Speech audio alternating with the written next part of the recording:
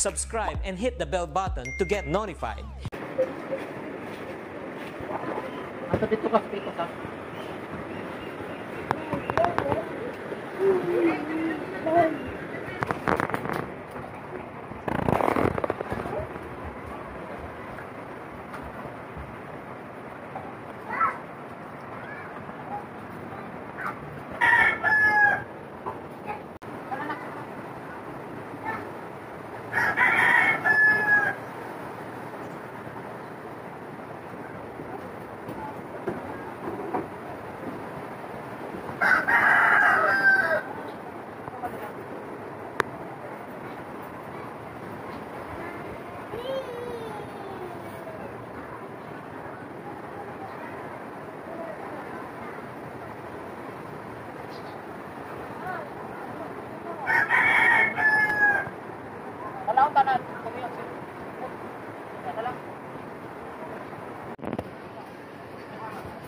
A few moments later.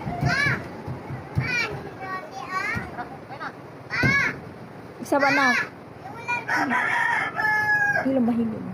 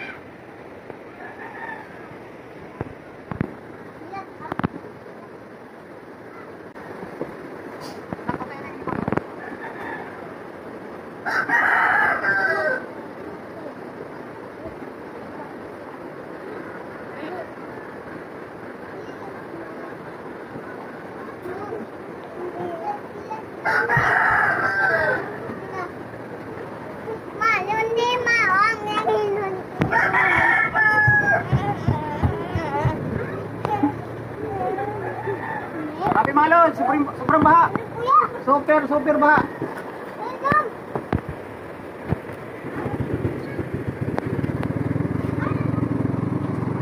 Hoy! Papalin mo, oh! Let lang. Papalin mo. Oo.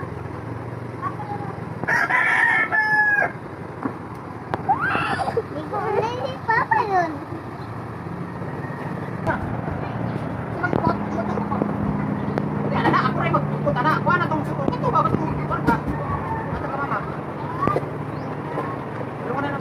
Grabe mga lods, yan yung bahay namin mga lods. So tingnan niyo mga lods, ayun.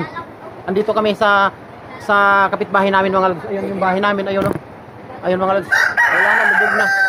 Lubog na sa tubig mga lods. Kaya ito na lang din yung sa amin, naiwan dito yung isang dangaw na lang oh, yung tubig rin. Lilikas na kami doon sa sa marami kasing lilikas sana kami doon sa eskwelahan at saka doon sa center. Eh wala na mga lods, marami ng tao doon. At saka dito, oh, tingnan nyo mga lods. Ayan. Nalapas niya. Masyado mga lods, oh. Ayan oh, tingnan nyo yung tubig oh. Mataas na masyado mga lods. Tubig. Wala na po Yun yung mga bata.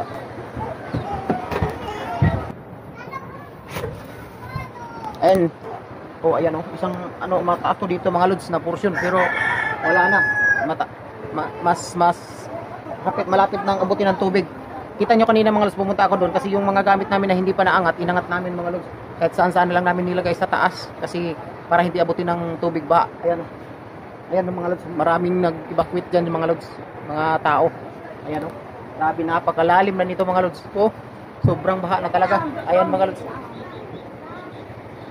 Oh, grabe. Kawawa yung bahay namin, baka mga lods oh. Baka maanod ba yung bahay namin. Grabe.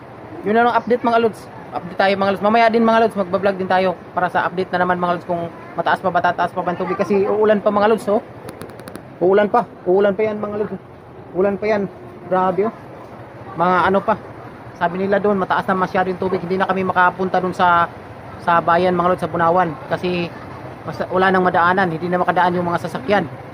Kasi sobrang taas na ng tubig. Kasi kahit doon sa highway, hindi na makadaan yung mga sasakyan mga lods. Dahil sa taas ng tubig. Kaya ganito, nagantay lang kami. Mamaya pagkatapos namin kumain dito ng agahan, pupunta kami doon sa kinakapitan, yung kamag-anak ni Janet. So pupunta kami mamaya mga lods pagkatapos kumain. So i-update ko kayo mamaya mga lods. Yan, yak na yung bunso ko mga lods. Chicken oh, chicken. Mga manok dito mga lods, mayroon. Lahat na dito mga lods ng mga tao nag-evacuate na, buong barangay na yung nag-evacuate mga lods. Lahat kami dito kasi isang level lang to. Ano kasi ito mga lods, flat kasi itong lugar na to mga lods. Flat na lugar. So iisa kami dito, kung mabahaan kami lahat na yan. Ayan. So pagkatapos namin kumain, lilipat kami mga lods doon sa kamag-anak ni Janet, doon sa mataas na bahay. Ayan. At pati dito mga lods, oh, grabe na. Napakataas na talaga ng tubig mga lods. Kawawa yung bahay namin. Ayun, oh, maraming tao doon mga lods. Ayun, maraming tao doon sa eskwelahan. Evacuate. Ayun mga lods, ang daming tao dyan oh. Tubig na yan mga lods, ayan oh. Ayan, yan umaagos mga lods. Yung agos na yan, galing yan, kalsada yan mga lods, napakataas na ng level na yan. Pero ano pa rin mga lods, inabot pa rin ng tubig baha. Ayan. Ayun oh, maraming tao dyan mga lods. Ayun, nag-evacuate sila. Ayan oh. Ayan mga lods. Kawawa itong bahay namin.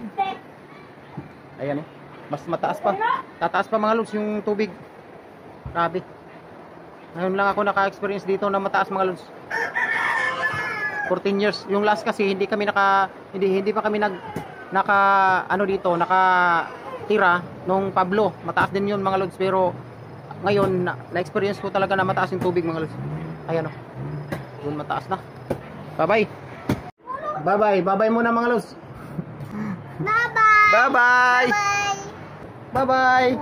Bye-bye. Bye-bye na muna mga lods. I-update ko lang kayo mamaya mga lods. Subscribe and hit the bell button to get notified.